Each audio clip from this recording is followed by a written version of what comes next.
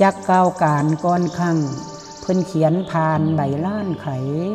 จะละในเป็นนิทานได้เล่าขานตำนานเข้า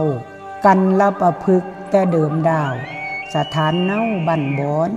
ปรากฏอยู่ในตอนสินไส้มาดานดาวนครเข่าหมู่ม้านเวระบาดบรรพตนั้นสถิตพันพฤกษชาติสินไส้ผาดเน็บเหลวจังมาพอเจ้าพบผ้ากินนาลีนองลาผลาพานบันดาลทรง